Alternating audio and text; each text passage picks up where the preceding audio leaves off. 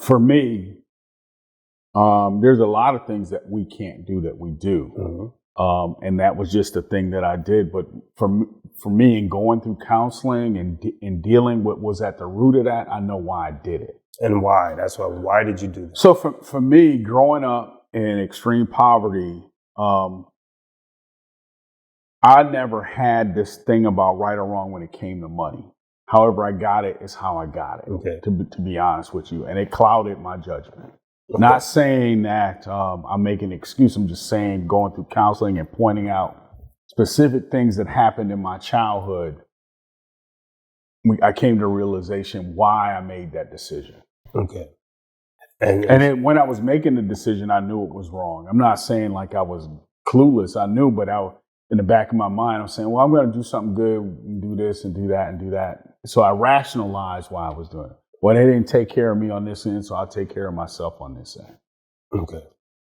So talk to the people that say, and if you hear, I don't know, grocery store conversations, and they say in aisle 12, well, he knew that money was for this and for that.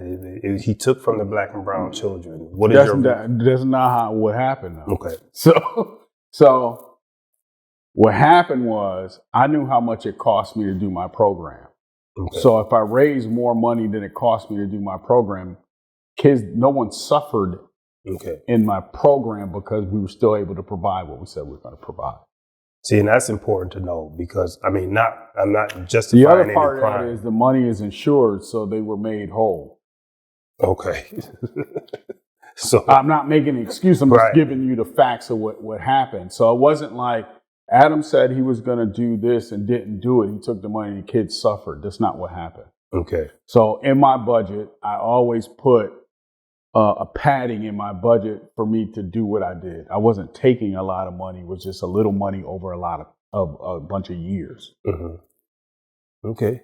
And I think, and again, there's no. And I could have done that and just had my board vote on it. But at the time, the way that my relationship was with my board, I just did it on my own.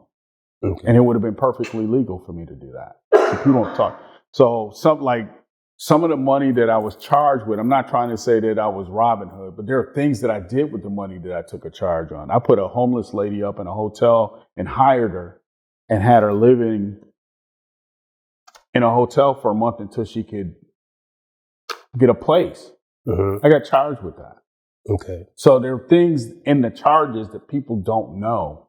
I'm not trying to say I didn't benefit because I definitely benefited from. So I'm not trying to cushion what I did at all.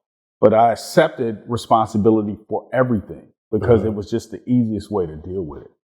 Okay. I wasn't going to say, no, this money was really this versus this money was that because the way that I went about it was wrong.